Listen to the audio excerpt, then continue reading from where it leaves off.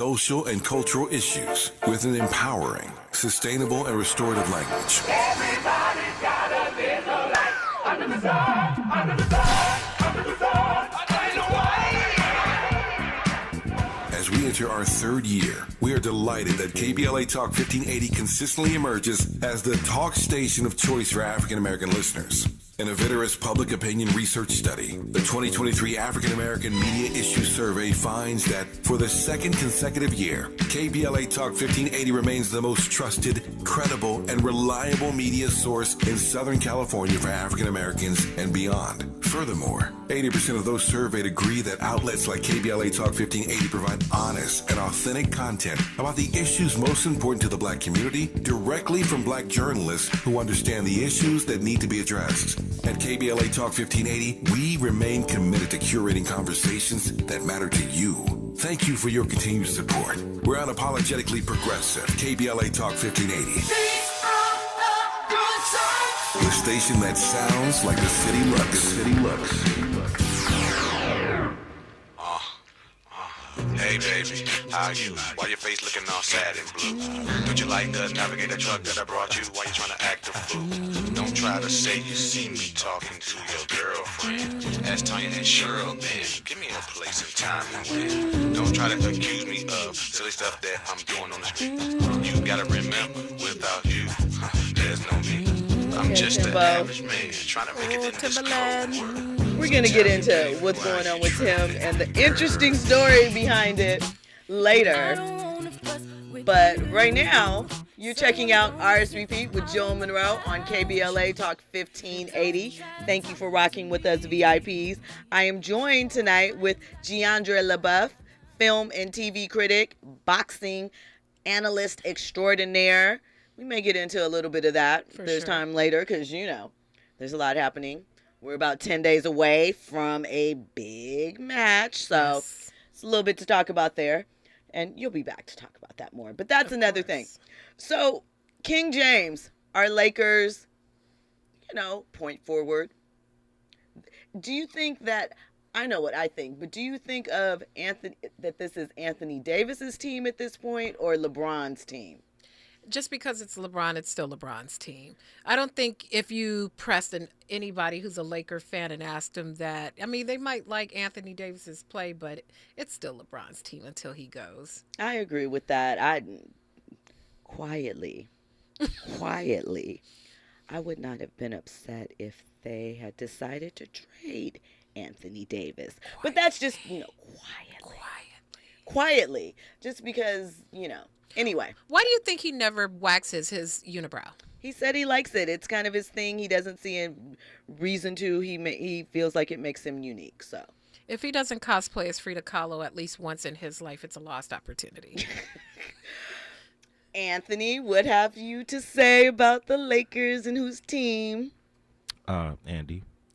Did I say Anthony? No worries. My bad, because we're talking about Anthony Davis, you know. He's probably doing voodoo. LeBron better watch out for Austin Reeves, man. Austin Reeves, I think, he wants to claim that title. You think so? I think so. Like, seriously? The way he played, I mean, he said he was him. I mean, but I'm him. I feel like you can say I'm him while standing next to him and still be your own version of him. He but actually not did do that. Him. Yeah. You know what I mean? Hey, if Austin Reeves shows out this coming season, he might be the guy in LA. He already has the swag. He has the moxie. He has the ability. I'm just saying. I mean, I'm not mad at that. I'm not mad at him being a guy. He won't be the guy, because how can you be the guy on a team with LeBron realistically? I'm saying after this season, once LeBron is done, if he is done. He's not done. He said he's coming back. No, I'm saying after this season, what I'm saying, after this season, win or lose, what is it, 21 season after that? This is the 21st season coming up. The 21st season coming up. So I'm just, I wouldn't be surprised if LeBron decides to hang it up and Austin Reeves takes over. He has to anoint him, though. Only Can he just take over? Right, but here's the thing. Only if is Bronny coming out next year? Because I definitely think he wants to push that agenda. I don't know if Bronny is on board with that agenda, but I definitely believe LeBron wants to push that agenda. We'll see. Bronny has to show out at USC this coming season. Right. Oh, you know what would be amazing if Bronny did a whole epic heel turn and then played for like the Celtics or something wild like that. Do you know how much storytelling could go in that? I mean, not really, because you know why I say not really? Like, there's a little bit there, but I don't think at its core, people really consider LeBron a legacy Laker. Like, he's a Laker. We honor him. Yes, he brought a title.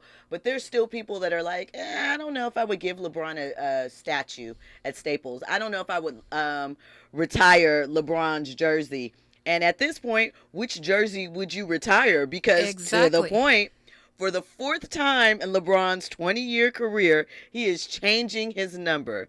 Rich Paul confirmed to ESPN on Saturday that he will go from 6, which he has been rocking his entire time here with the Lakers, back to 23. He says he's doing that out of respect for Bill Russell.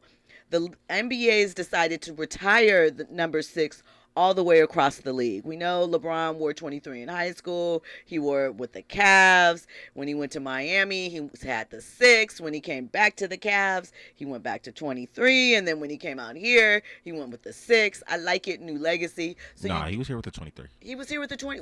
Oh, that's right. He switched when Anthony Davis was traded here, and he gave him the 20. No, he always rocked 23. When Anthony Davis came, LeBron wanted to give AD 23. And he said no. But AD was like, you know what? Keep 23. I'm going to rock with number 3.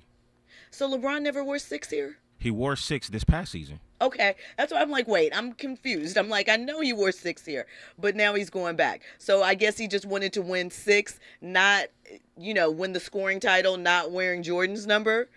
That's kind of what I make it, break it down to or whatever. But now he's switching back. What I can say is I do think that this helps LeBron's jersey sales. Not that he probably was suffering, but you always got to update your LeBron jersey, whether it's for team or numbers sake. So it keeps you, in the retail cycle as far as LeBron and all of that. Yeah, for legacy LeBron fans, it's good. They have to collect everything, almost like trading cards.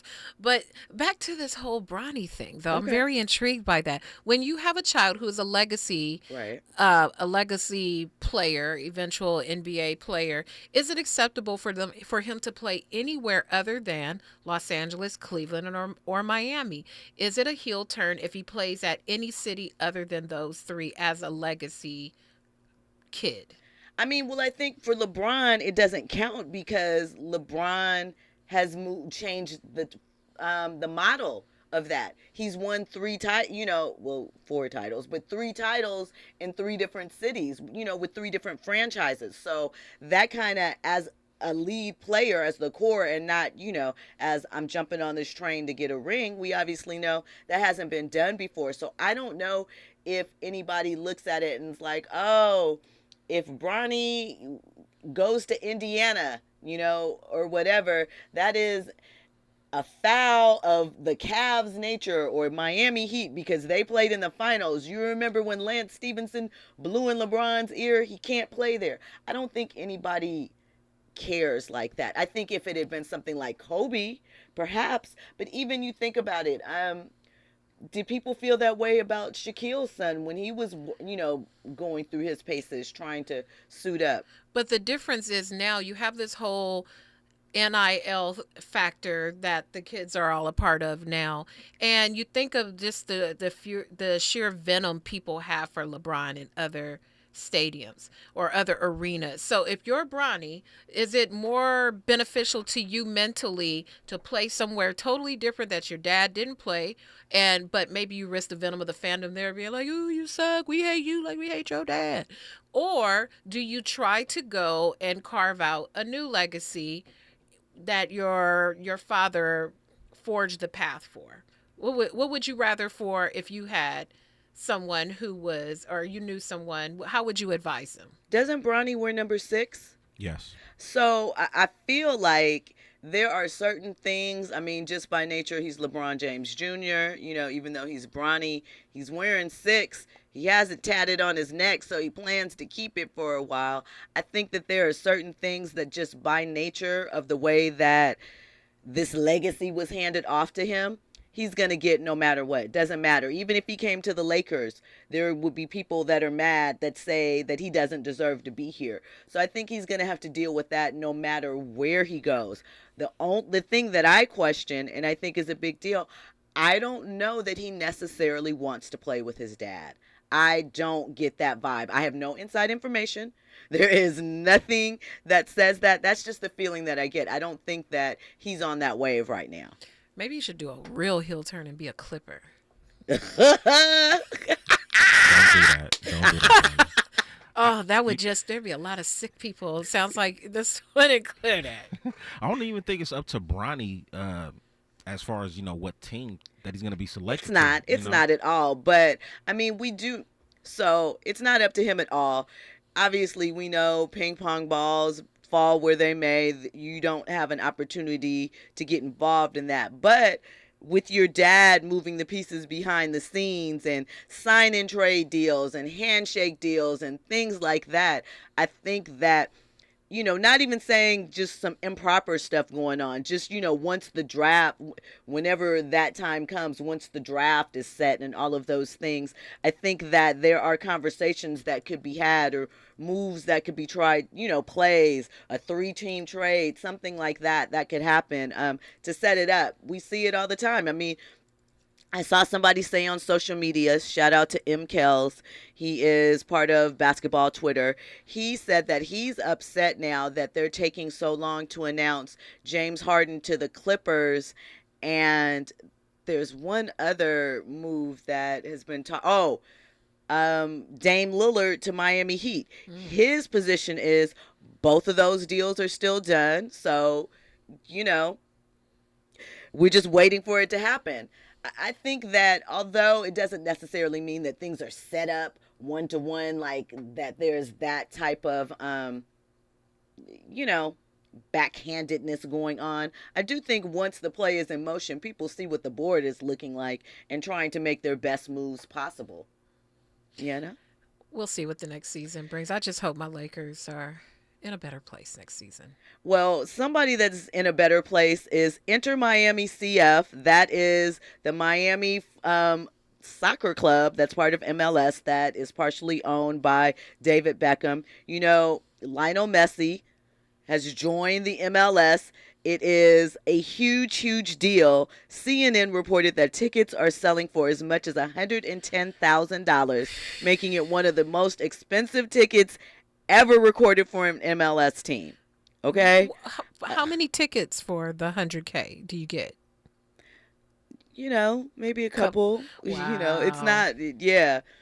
If you're that person who bought those tickets, let me roll with you. They're going to show up and show out. Do you think, though, with Messi coming over, one of, obviously Europe's biggest soccer stars from the football club, we see an uptick in soccer in the U.S. Do you think it'll matter? Do you think that it's going to be able to take its place maybe as the third, sport and replace baseball or work its way up? It could, and depending on where they're playing. In LA, it's always going to be a tough sell. We have a championship football club here, LAFC. Shout out to them. They won. Yeah. And it's still not as popular as basketball, baseball, football, or hockey in Los Angeles. But if there's a game in Terre Haute, Indiana, it's going to be the hottest ticket in town. And people will fly to other cities to get the opportunity to see him to play because maybe an arena ticket is cheaper in Michigan than it is in Miami. Right. Who knows? But the culture of the United States, we're still not there. Where people watch it, but it's not the most popular sport in the United States. It's getting there, but it's still going to be behind basketball, football, baseball, hockey, going to the movies, going hiking. Really, you think, hiking and that type of stuff, that's a very LA thing. Overall, you think that, like you said, in Terre Haute, Indiana, or, someplace else, you don't think that they'll take up the mantle? Las Vegas, Nevada. Who's the soccer team in Vegas? They have a soccer team there, don't they? But they don't have him. They could do multiples, if it's a trial. I'm not sure. How does that even work? Do you always only play when you're a star of that caliber, do you only play at your arena and everybody else comes there? No, you travel. Like, it's just like the other sports. You have a home and away road record. Don't cook me in the comments because I'm very ignorant to how soccer works. Okay, so listen to this, right? We've been talking about, we touched a little bit on Vegas. We've been talking about sports, right? So starting with the NBA, right? The NBA wants year-round attention now as far as the sports landscape, right? We know usually after June and after the draft, it falls off. Summer League this year, they went big. They started their NBA con thing like any other fan con thing. They did it big. The Players Association had a party with performances. That's usually what they do during NBA All-Star, right? And they also announced that they have the in-season tournament that's coming in December. Tickets have already gone up for sale on that. What also takes place in Las Vegas is the Commissioner's Cup, which is what the WNBA's in-season tournament is, right? We have the Raiders in Vegas. We know the Las Vegas Aces are balling. They've won a title. The Las Vegas Knights, that's the hockey franchise. We know the Oakland A's are supposed to be coming, and perhaps in the future sometime an NBA franchise. We already know, we just talked about the Crawford and Spence fight that's coming up in about 10 days. That's in Vegas and UFC. Has Las Vegas at this point become the live sports capital of the country? Because they just keep on adding stuff on. And Las Vegas, when you really think about the size of it, isn't that large. But, I mean, we know there's a lot of hotels. Do you think that eventually things like, I halfway expect at some point, I know why they move the Super Bowl around and I know what it does for the franchises. Same thing with All-Star. But I really think we're kind of coming to a point where we could see Vegas be, well, maybe not for All-Star, because now that they have the in-season tournament, they have something that happens during the season where people are going to come there. That weekend, I think it's December 9th and 10th in Vegas. Boy, that and an Usher show, that's going to be a time to be had. So do you think that Vegas is going to be the next destination for live sports? They've also had FS1 go through the streets. So is that the expectation that Vegas will have a year-long sports series? It's the place. They already have the infrastructure for it. They don't have anything competing with it. You have casinos there, which means hotels all concentrated in one place. All of the arenas are relatively close to each other. You can get to them easily. You don't have to, like, say, our city here that we love, but if you want to go see the Angels, you got to go all the way to Orange County, or you've got to go all the way here or all the way there. Plus, not to mention, if you're not from here, it's kind of difficult to figure out where you want to stay, what's safe, what's close to the arena, etc. In Vegas, it's already there. Everything's there. The hotels are there. They're building new ones constantly. You can go see the hockey game and then go back to your hotel, be right there on the strip, and you have built-in things to do without having to pay additional money out of your pocket except your recreational costs. In LA, hell, half your budget is gas. That is fact. When we come forward, we're going to continue with some sports trending headlines and news. We're going to talk about some information that Jadakiss dropped about his old friend Kanye and what he thinks about that. We're going to also talk about Ebro's comments about Drake, and we're going to give you some information about the WNBA and their numbers and what they're doing. All that and more. You're checking out RSVP with Jill Munroe on KBLA Talk 1580. RSVP with Jill Munroe is your go-to show for staying in the know. More engaging conversation when we come forward on KBLA Talk 1580.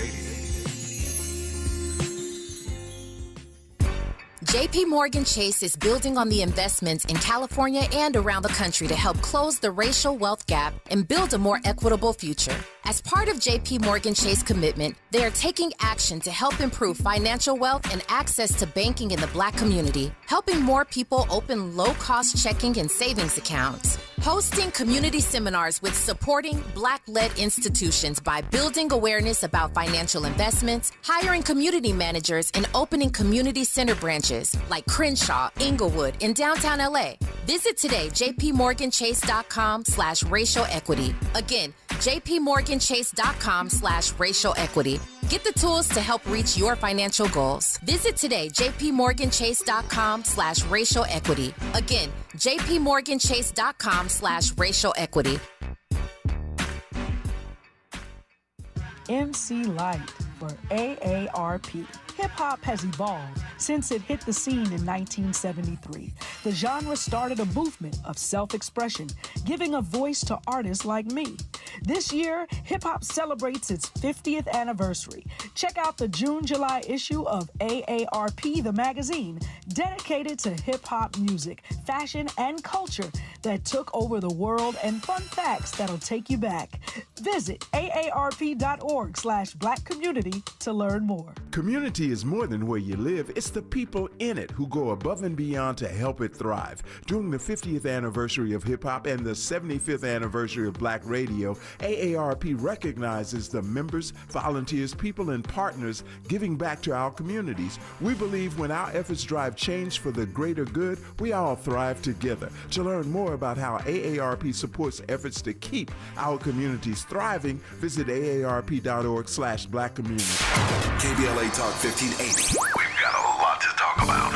KBLA Talk 1580 joins you in standing for voting rights. When We All Vote is a leading national nonpartisan initiative on a mission to change the culture around voting and to increase participation in each and every election by helping to close the race and age gap. Created by Michelle Obama, When We All Vote brings together individuals, institutions, brands, and organizations to register new voters across the country and advance civic education for the entire family and voters of every age to build an informed and engaged electorate for today and generations to come. When We All Vote empowers their supporters and volunteers to take action through voting, advocating for their rights, and holding their elected officials accountable. Please visit whenweallvote.org to stand up for your rights, voting rights. This is a community call to action from KBLA Talk 1580.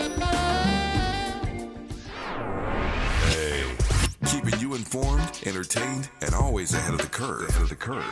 This is RSVP with Jill Munroe on KBLA Talk 1580. Welcome forward. You are checking out RSVP with Jill Munroe right here live on KBLA Talk 1580. We are live in Leimert Park, California. So we were talking about the NBA and all of the other sports that are seemingly taking up residence in Vegas. And speaking of, just this last weekend, sandwiched in between the All-Star game, all the ladies going to check out Usher, Summer League, was the WNBA All-Star game. So this most recent All-Star game was the most watched for the league in 16 years. It's the first time that it aired on primetime on ABC, and it averaged 850,000 viewers and peaked about 955,000. That's about I think they said double what its most recent highest ratings were. So the WNBA is climbing. So I want to ask you, we talked about this a little bit last night with my guests, do you watch the WNBA? I don't watch all the games, but I do watch some of them. Full disclosure, I'm a little biased because I have a cousin who's a WNBA coach. She used to coach the Chicago Sky. Shout out to them. Dwayne Wade just bought it into that franchise. Okay. Shout out to my cousin, Pokey Chapman. She graduated from LSU. Shout out to you, girl. She's an assistant coach in Seattle now. So I'm a little biased with watching WNBA games. I'm very partial to women's sports just because we're so underrepresented in that space. So I will try to at least watch some games during the season just to be aware of what's going on. But to your point, this is the most media coverage I've seen. Just even things on social media was impressive because I've never seen any type of coverage like that before. The 3-point contest, I think Sabrina Ionescu, I might be jacking up her name. That was Kobe's girl. She set a record with their 3-point contest. Her shoe was actually kind of attractive as well. And also, the Mael, my favorite curly hair product, announced a partnership with the WNBA. That's which awesome. I feel like it's crazy to me how slow and how long it took for beauty brands to get on board with the WNBA. Exactly. It's beyond nuts to me because it's like, I get it. Maybe they felt it was a disconnect between what an athletic girl and maybe a girl who is a gym girl they think want as far as the thing. But I still think that you could be authentic and talk to both those audiences like they are. And, you know, it's okay. And obviously they're growing into those sectors. But it's so interesting to me to watch them being like dragged along into this thing when all the numbers are saying, hey, these are the people you need to be paying attention to. It's money in these hills. Yeah, it didn't, and that never made any sense to me either. The Mael signing for them is huge. I too am a lover of their product, but there's so many directions the WNBA could have gone into. Everything from skincare to moisturizer to lotion to anything, deodorant, socks, watches. Yeah. Any of those things would have been impressive. It would have made a big difference to the league.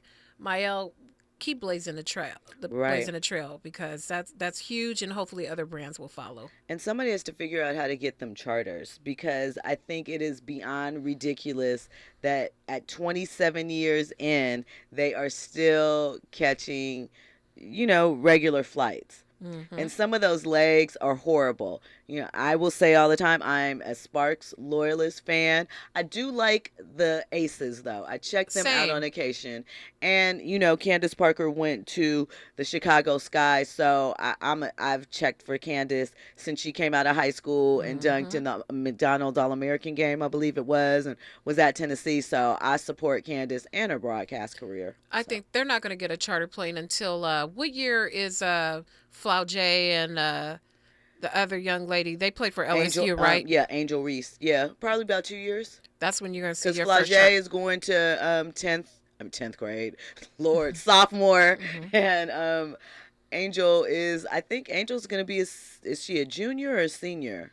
I can't remember. That's when you're going to see the real push is going to begin, because they're right now, whether they want to or not, they're the faces of women's college basketball, and that's where it's going to follow. I think it's going to follow with them. You know what I find so interesting? When I've interviewed a couple of WNBA players that were former college players and so forth, and we'll probably get more into this when we come forward, but I find it interesting, and it holds true across the board with the male athletes too, college and high school. A lot of these younger athletes do not watch the sports that they play. Mm-hmm.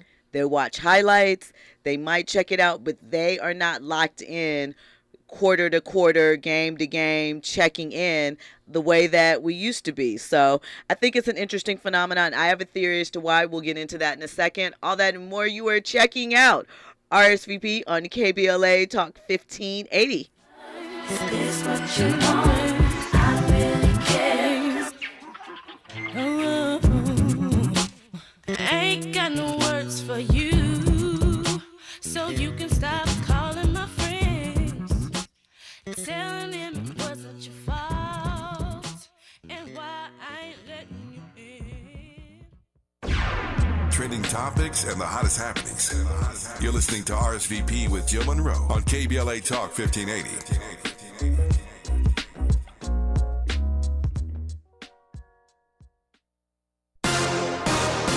I'm Esther Dillard, and here's the latest from the Black Information Network. The ACs are pumping across the U.S. as folks deal with both a heat wave and the effects of wildfire smoke. A heat dome is currently expanding across the southern U.S., pushing temperatures into the triple digits and straining some power grids. Temperatures in Phoenix, Arizona reached at least 110 degrees for the 19th day in a row on Tuesday, breaking the previous record streak set in 1974. In New York, Governor Kathy Hochul is taking executive action to support new affordable housing projects across New York State. It's about encouraging housing production from Brookhaven to Brooklyn to Buffalo. It comes months after the state legislature struck down her controversial housing project to build 800,000 affordable units over the next decade. And that's the latest. I'm Esther Dillard from the Black Information Network and BINnews.com. Like to shop local? Go to ComparianInsurance.com. Their agents are local insurance experts finding you the right insurance at the right price from national carriers. Comparian Insurance Agency. Local agents. Expert advice. 2 years ago, on Juneteenth 2021, KBLA Talk 1580 launched with a promise to give disenfranchised fellow citizens a voice in current political, economic, social, and cultural issues with an empowering, sustainable, and restorative language. Everybody's gotta live the life under the sun, under the sun, under the sun. As we enter our third year, we are delighted that KBLA Talk 1580 consistently emerges as the talk station of choice for African American listeners.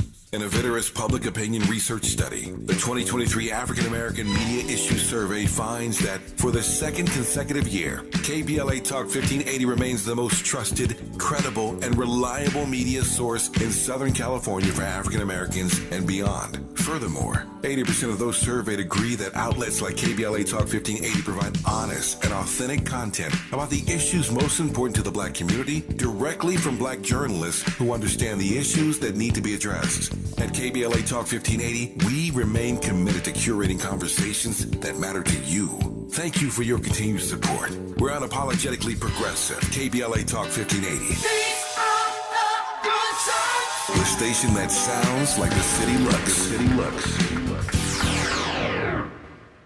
Have you heard about Lendistry? Lendistry is a national Black-led small business lender that is headquartered right here in LA. Once you've started your business, Lendistry provides flexible financing options starting at $50,000 to help you access the affordable capital needed to grow. Whether financing is needed to increase working capital, acquire a business, purchase inventory and equipment, or refinance debt, Lendistry has a solution for you. Lending products range from traditional business term loans and non-revolving lines of credit to SBA 7A loans and commercial real estate financing. Lendistry's pre-application process is simple and does not impact your credit score. Visit lendistry.com/KBLA to learn more and to get started with an application right from the website.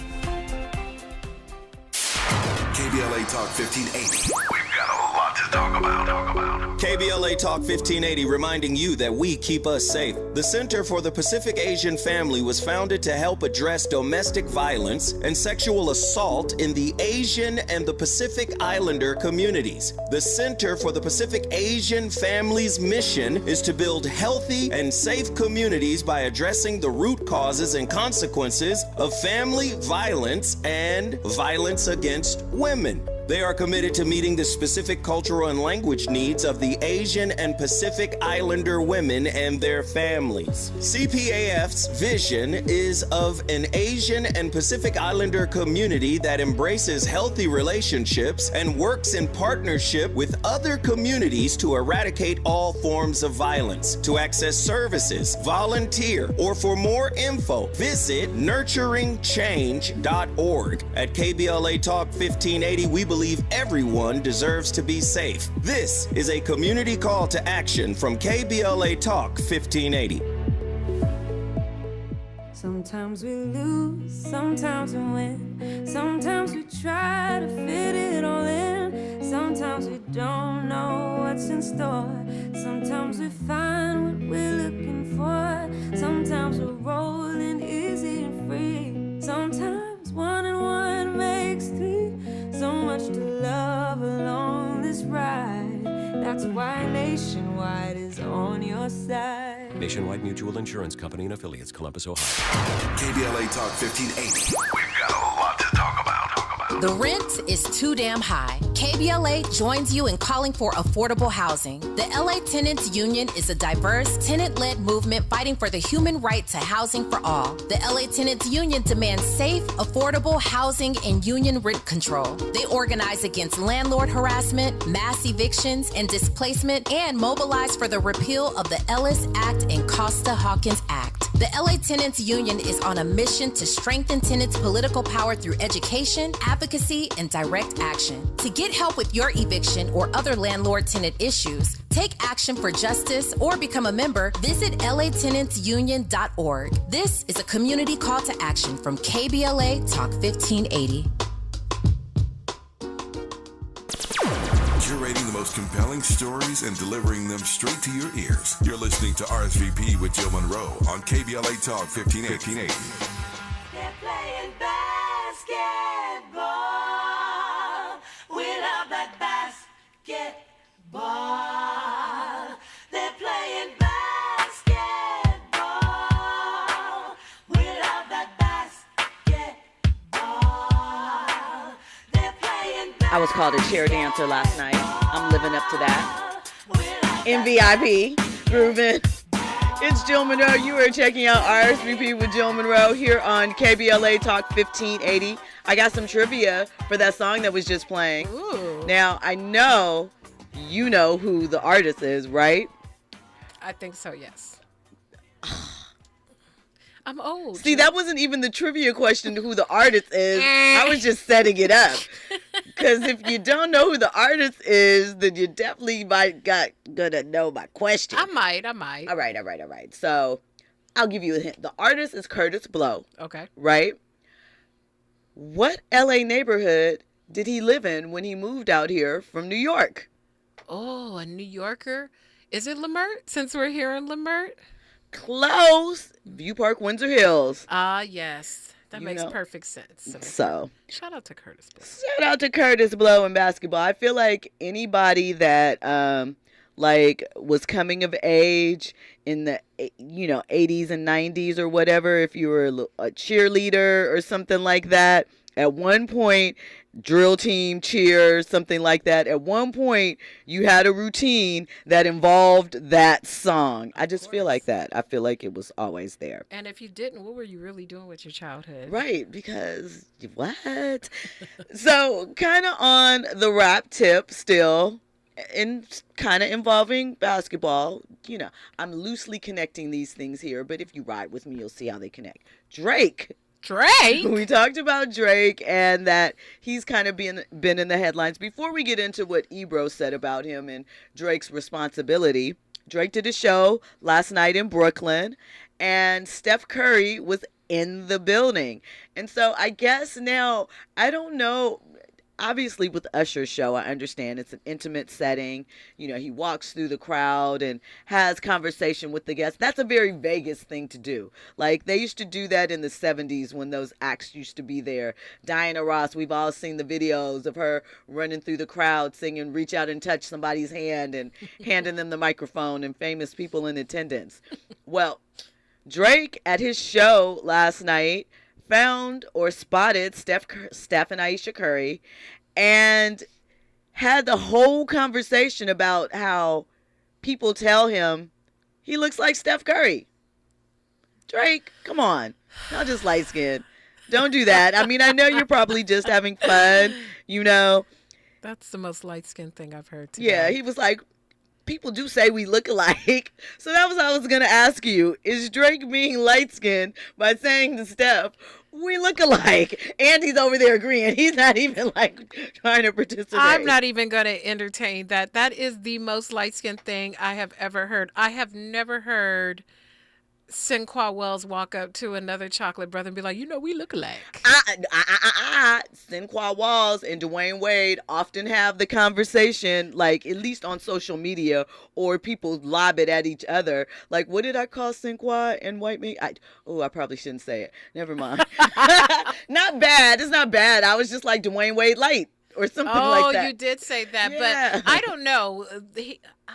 But Drake always has this weird smitten thing with basketball players in general. How many meme photos have we seen of Drake just kind of Loving up on ball players, loving being the right club. there. He loves basketball. He loves basketball players, and so he probably was too hyped to tell him that. I mean, I think they're friends. There was a video of them a few years back where Drake was in the Bay for something, and the three of them were at In-N-Out or something like that. So I think there's a relationship there. Oh, my God. He is so cornball. Oh, my gosh. So if you haven't heard, Ebro Darden, he recently called out Drake because Drake, while he's on tour, his All A Blur tour, he's currently on right now with 21 Savage. Mm-hmm. And we know Drake has holograms at this tour. He has LED displays with things going across. And at one of the shows, part of the display says something about Donald Glover's song. Excuse me. I don't think he's Childish Gambino anymore. I think he's just Donald Glover across the board. I think he eliminated the Childish Gambino. Could be wrong about that. I'll fact check that. But anyway, Donald Glover, aka Childish Gambino, had once said in a GQ interview a few months back that This Is America was really meant to be a diss song to Drake. He's probably joking. It never came out, obviously, but Drake took that personally. Of course he did. And he said that the song was whack. So Ebro's stance is that on the Apple Music Rap Life review show with Nadeska and Low Key, who's a popular internet personality, Ebro has said that Drake had no business dissing that song in particular, not dissing Donald, not having a beef with him, but dissing that song because he's never stood out or spoken out for black issues and black causes, And someone dug up a Instagram post of Drake's from like 2016 where he was saying something about being Canadian, and Ebro put up the flame emoji and all of that. So Ebro did follow it up and say that Drake has no responsibility to speak out on these issues if he doesn't want to, but he just feels like with that position, he shouldn't have spoken out against Donald Glover's song. Here's my thing with that, right? I don't think any music is above critique. Now, do I think that Drake was being a little petty? Sure. But do I think that he was out of bounds or it was so disrespectful by doing that in and of itself? I don't. I think that when you look at it, it's a hard thing. I don't necessarily want every pop star, every artist, every athlete to speak out and take a position on black issues just because they're black. Or I know people differentiate between biracial and black, but just because they are of the culture doesn't mean that they need to stand out and represent the culture and speak on the culture's behalf. Mm-hmm. I think that people sometimes forget about that fame or just because you're an amazing artist doesn't mean that you are the right person to tackle these social issues or even, make a statement. I understand why. I understand the drive for that. But I also think that that is something that goes back to the expectation, the black excellence thing, the side of it that I don't like. Everyone is not the same person. Everyone doesn't have the same skill set, and everyone is not qualified to lead those conversations. And then we end up in situations where we're mad at the individual. Like there are a lot of people mad at Ice Cube right now for giving his opinion.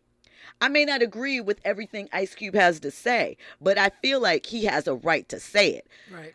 And I don't think that per se he necessarily has to be the one to speak for me. So I kind of wanted to know what your thoughts were surrounding that and where you stand on that issue. I think what part of the problem is people conflate popularity with the ability to deliver a message. He has a huge platform, yes, but the knife cuts both ways. We've never seen Drake speak out on anything, and I agree, nor does he have to. He doesn't have any responsibility. He is a rapper, and he raps, and that's what he does.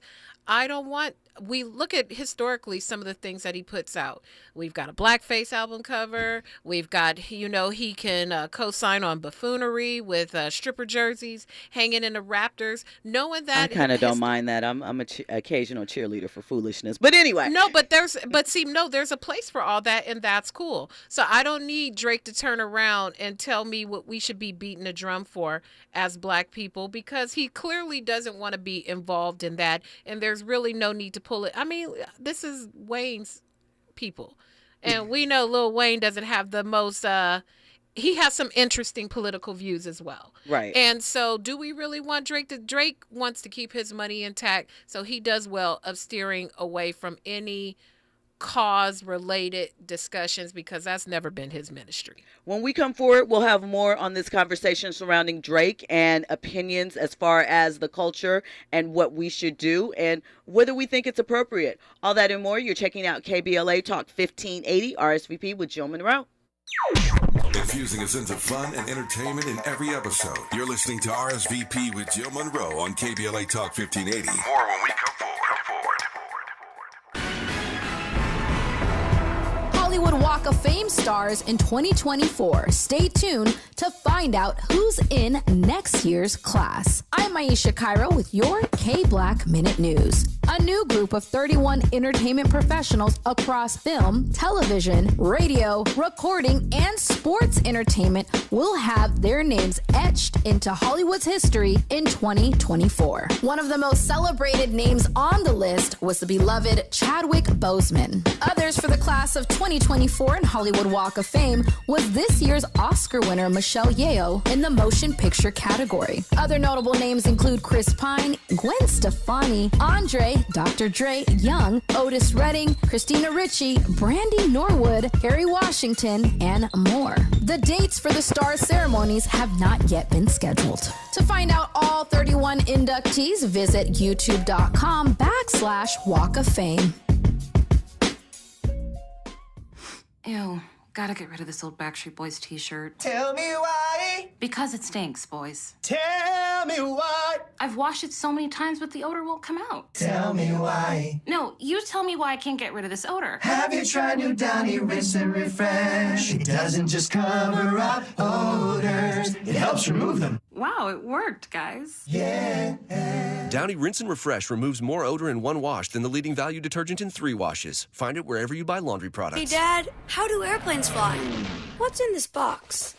Is this tree good for climbing? How are babies made? What does this thing do?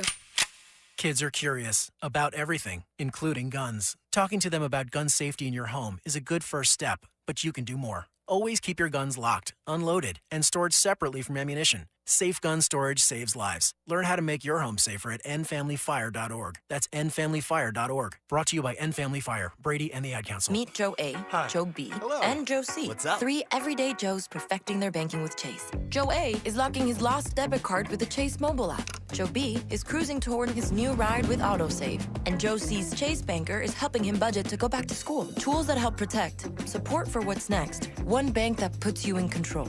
Visit chase.com/checking.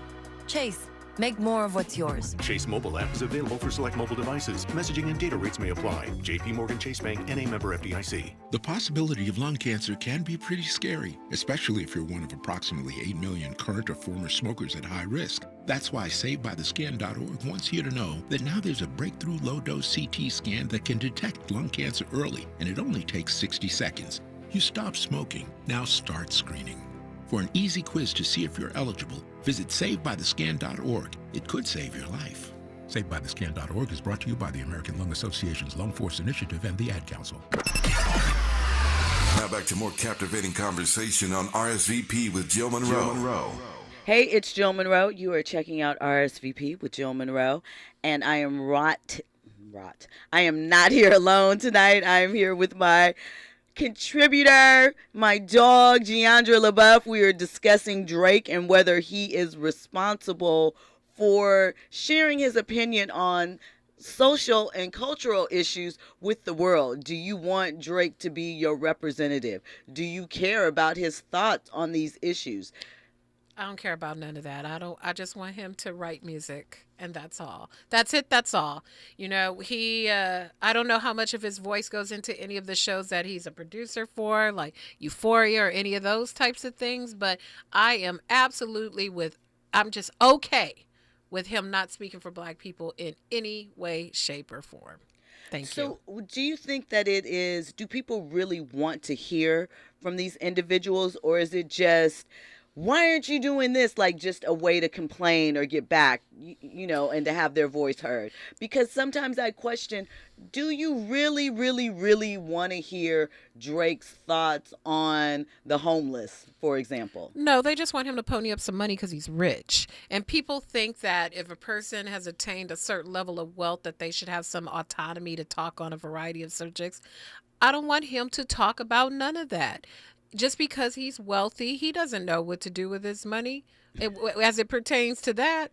Maybe he wants to go out on the street and give people a couple dollars, but beyond that, he doesn't have the depth to talk to any major social issue that affects Black people as a whole. I'm sorry, Drake people who think he does, but his view of the bridge is completely different, and he's Canadian.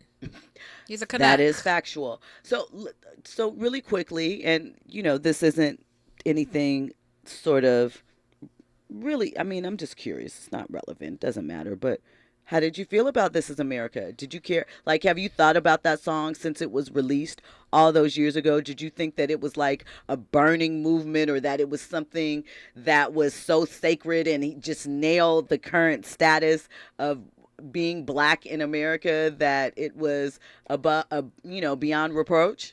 I didn't think it was the rally cry that a lot of people made it be. It had all the right ingredients on paper to be that, but it just wasn't it didn't resonate with me as a rally cry to make me want to go out and mess some stuff up and tear some stuff up and burn it down. I like Didn't feel like when you heard "Fight the Power," huh? Not nowhere even close.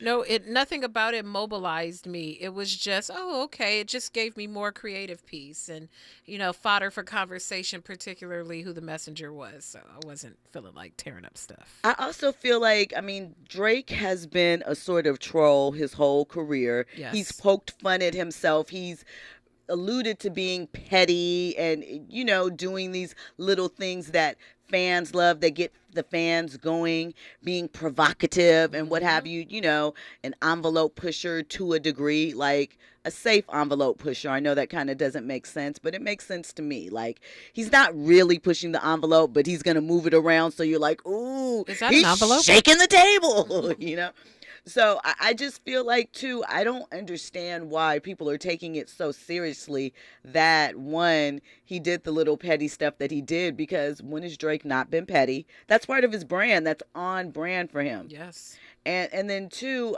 I don't know. I just felt like sometimes we get really down in the weeds about things that really, really do not matter. At all. Hit me, Andy. It's because Black folk are desperately looking for a leader. Yes. I agree with that. Yes. You think about it, like when we went through this civil rights movement the first time around, not the first time, but I'm talking about the 60s. There were definitely men in place that we understood that they had a plan. We understood their direction. They were speaking on all levels of the situation.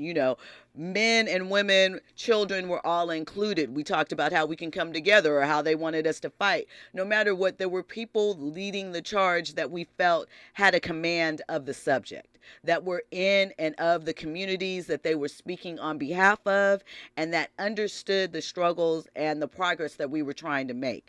So I think that we're at a time now where it's hard to sort of make those distinctions, especially because we've been dealing with social media for the past 10 to 15 years. People's actions aren't necessarily as clear or as pure, and you have to consider different sort of things. There's always been the traitors, the people that are in it for other reasons, but I think that now more than ever, you really have to look at who you throw your support behind. Absolutely. And Yeah, that's all I have about that. It's challenging to kind of wade through who's really down for the culture, who is doing it for profit, who's doing it to be performative. Social media has made us quite lazy in that regard because it's easy to send a solidarity message sitting behind in your comfortable air conditioned house, but are you really going to go out and do things that evoke change?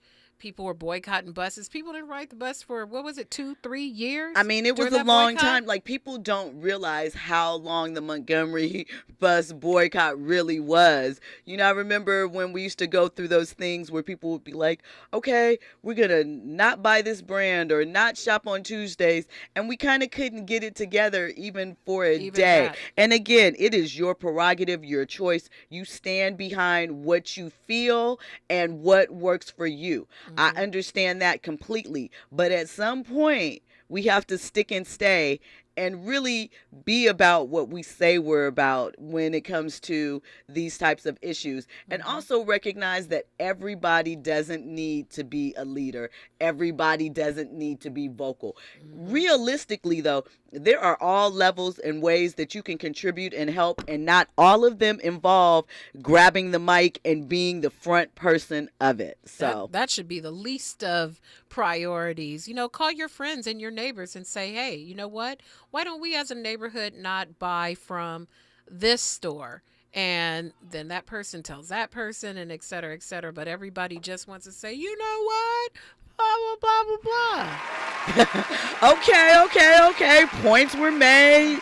That's what I'm talking about. See, I need what do I need? A bell, an alarm, or something. Ding, ding, ding, ding. The horn. Not that gesture.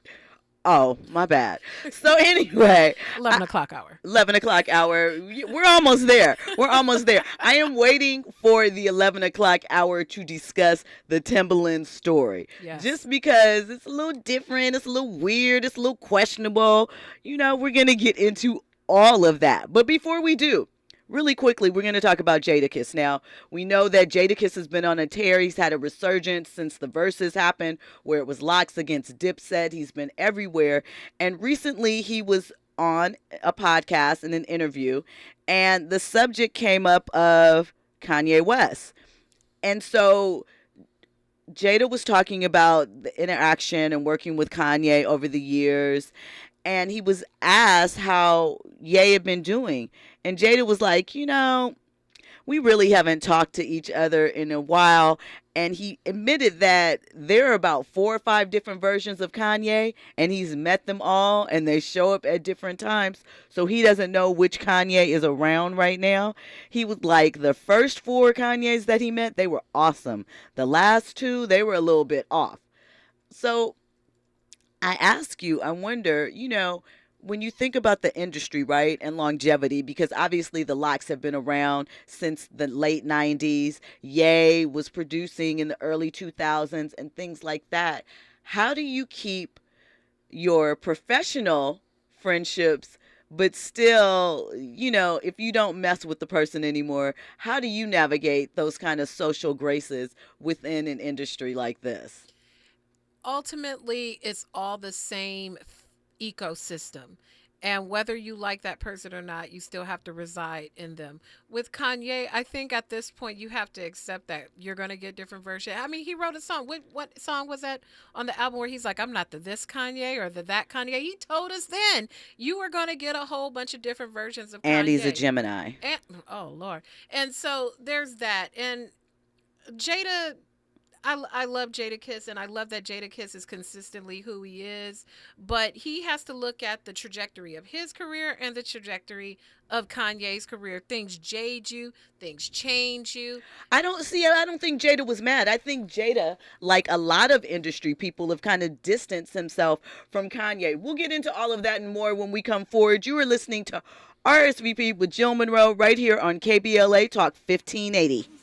The J and Moses Malone. I like slam dunks and taking it to the hoop. My favorite play is the alley oop. I like the pick and roll. I like the give and go. Cause it's basketball. Mr. Curtis flow.